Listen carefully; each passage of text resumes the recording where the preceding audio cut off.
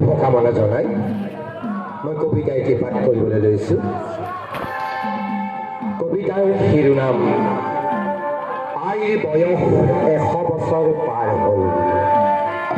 আইৰ অসুখ পনীয়া, আইৰ বৰ অসুখ হ'ল। কোনোমতে জীউটো হাতত লৈ আজি জীয়াই আছে। হেৰ সমনীয়া, আজি অসমীয়াই বৰ টেনচন।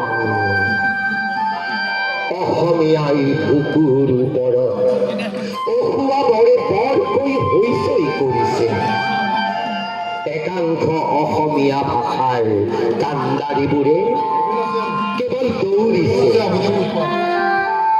দৌৰিছে অজান ঠাইলৈ, দূৰ দূৰণিলৈ।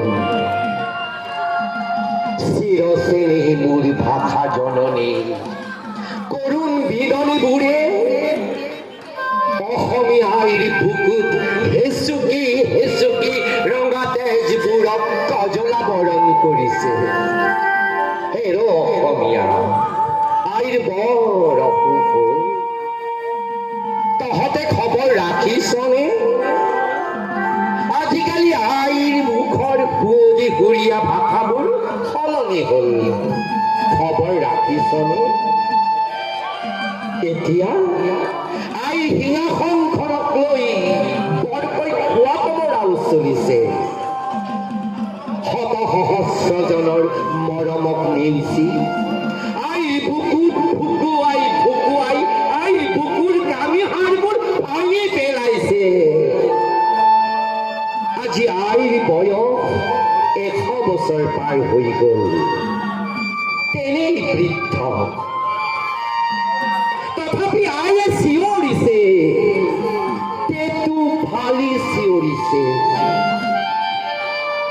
গছৰ হালধীয়া পাতবোৰে আই চিঞৰত সেউজ বৰণীয়া হৈছে। পদ্মনাথ গোহাঁই বৰুৱা, লক্ষ্মীনাথ বেজবৰুৱা কিংবা ভূপেন হাজৰিকাৰ আত্মাই দূৰৰ পৰাই নীৰৱে চকুলো টকিছে। হেৰ সমনীয়া, আইৰ বৰ অসুখ। কোনোমতে ধৰক বৰক খোজেৰে হাতত জীউটো লৈ বহু আশাৰে জীয়াই আছে।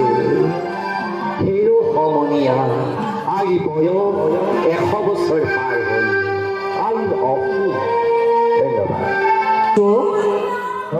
এতিয়া আহক বঙাইগাঁৱৰ পৰা বুদ্ধদেৱ দাস, তেখেতে ৰাজকবিতা পাঠ কৰিব।